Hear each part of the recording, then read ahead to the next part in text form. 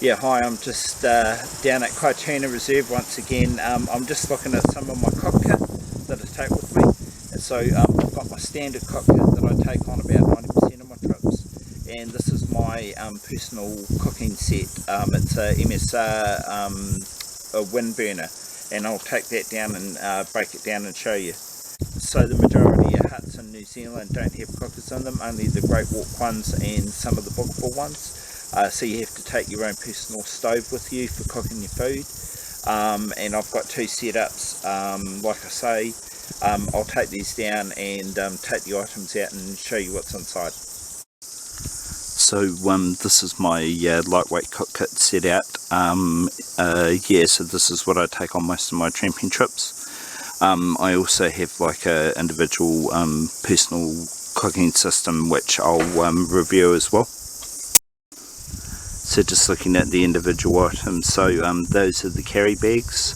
I use this for a rubbish bag, and that's a 10 litre nylon bag.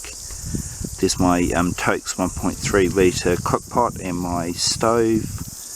I've got my brew kit, which is tea and sugar substitute.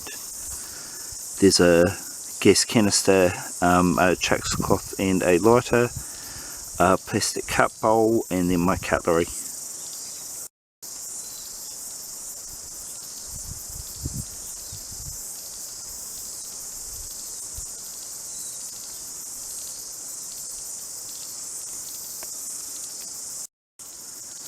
So that's a Cedar Summit Delta mug that I use for a cup.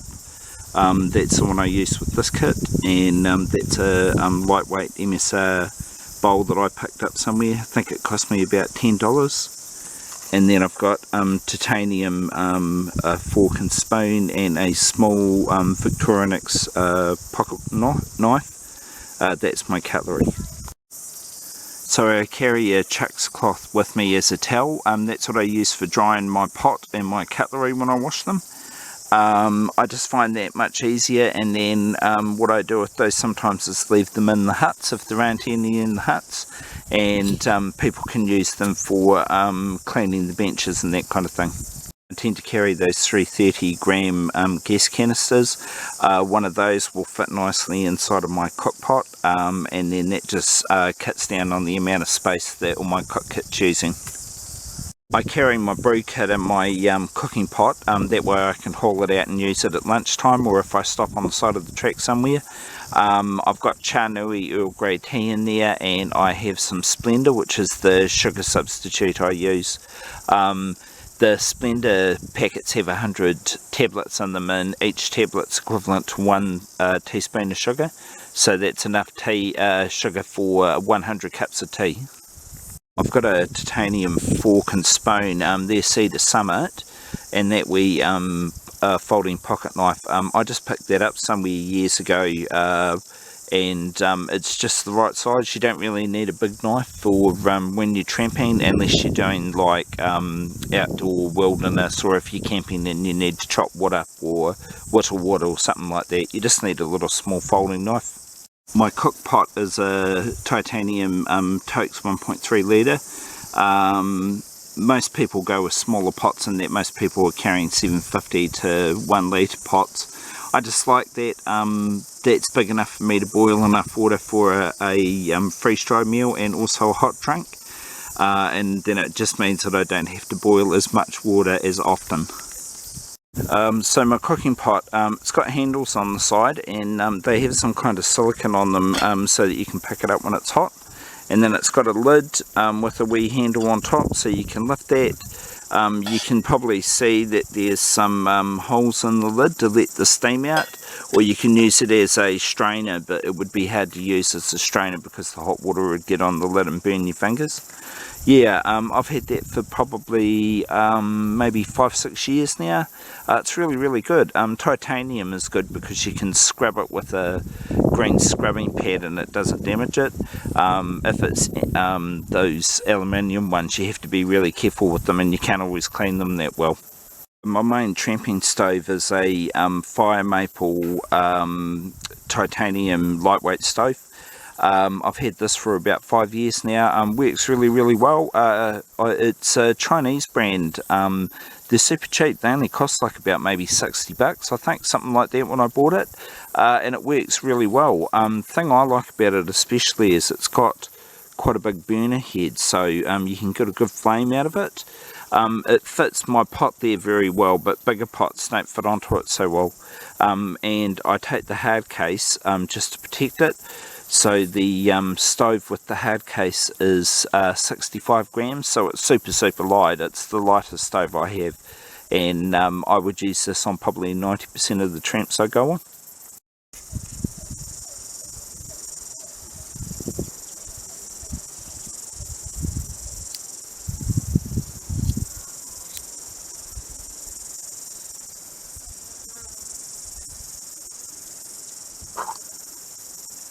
The model number is the FMS-116T. If we just look at fitting the stove to the gas canister, so what you do is you just basically hold the gas canister and rotate it.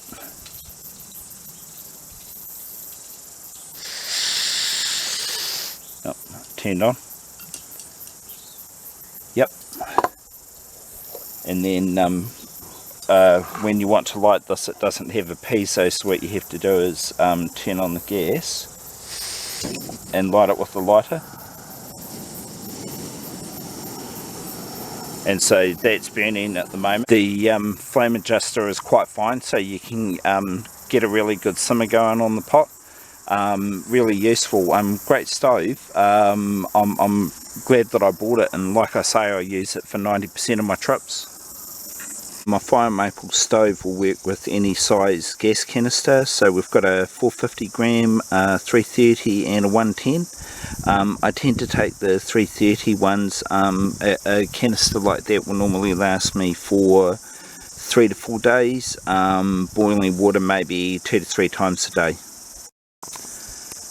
If I'm going on an overnight tramp just for the one night, sometimes a 110 gram gas canister will last me. But I don't tend to use them because there's just that ecological, you're using a lot of metal, and you know, 2 of those has got the same amount of gas as one of those 330s, and I'd rather just use the 330 twice. So the big 450 gram canisters, I do take them on occasion. Normally that would be for like a really long trip, so you know, if I was doing a tramp that was 5 to 7 days, that would be what I'm carrying. So there's the stove fitted to one of the big 450 gram gas canisters. And there's the stove fitted to a 110 gram gas canister. This stove will use all of the different brands, MSR, Covia, Gasmate. They all fit on there. They all have a universal fitting on the top. So yeah, so I use all of them on occasion. Just depends what I can find in the shop. Let's look at packing my kit together. So basically you start with the pot. So you're putting the pot in there. Then the chucks cloth goes into the pot. You put your gas canister in upside down. The lid will go underneath there. And then this goes into your cup. And all of the stuff fits on the top. I'll put it into the bag and show you how I do it. So the pot with the lid and the gas canister gets packed in the bag for safety. So the plastic pot, if I'm using it, goes into the bag first. And then I put the cooking pot in, and so that'll nest together quite nicely. Yep. And then you just fit these items on the top. So that's the brew kit, my cutlery set slides down the side, the lighter, and then the cup just goes in sideways. Yeah. And there you go, it's all ready to go. So all up that weighs about 700 grams with a gas canister. Without the gas canister it's 400 grams. The space would be about 20 centimetres by 10 centimetres round. Yeah, that just fits into my pack. When you're tramping in New Zealand, you need to have some kind of water bottle with you. You know, you can get away with just having a cup and taking drinks out of rivers and stuff, but sometimes you're going to have to treat the water before you can drink it, or you know, you might be in an arid area and there's not going to be a source of water for you, and so different people use different things, but what I use is these recycled Just Juice bottles. When I first started back into tramping, I was actually using a hydration pack, you know, like a Camelback. And I just always found it was really hard to clean it, and you get that funny weird plastic taste on the inside, and so I actually went back and went old school to start using some kind of plastic bottle, and I've tried different things over the years, and I stumbled on these. I suddenly had the idea, oh, I should use these. I've seen a few other people using the same bottles out tramping, so you know, it's not a bad idea. So what you're looking for in a water bottle is you want something that's relatively sturdy, something that's got a good cap on the top, and also as lightweight as possible. And so, like, a lot of people use Nalgene bottles, but they're really, really heavy and also expensive. I've been using these, and so the advantage with these is they've got a really good cap on the top, and like I've never had any water spillages out of them so long as they're done up properly. They're relatively rugged. It's a softer plastic, not a fragile hard plastic. Readily available, and you know, I can just use them for a couple of trips and then put them in the recycling bin. Yeah, so something to look at if you're looking for water bottles.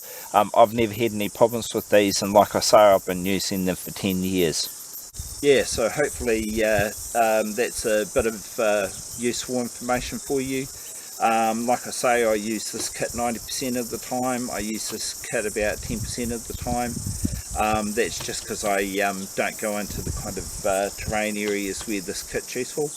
Yep, the bottles I explained, and gas canisters. Yeah, I hope that's useful, and I'll see you on the next one. I'm down at Kaituna Reserve.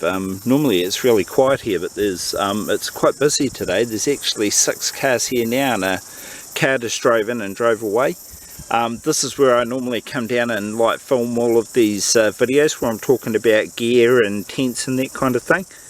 And you would have seen there's a vlog post where I went around the wee nature walk in here. There's like a whole lot of big podocarp trees. Yeah, so sorry for all the noise in the background.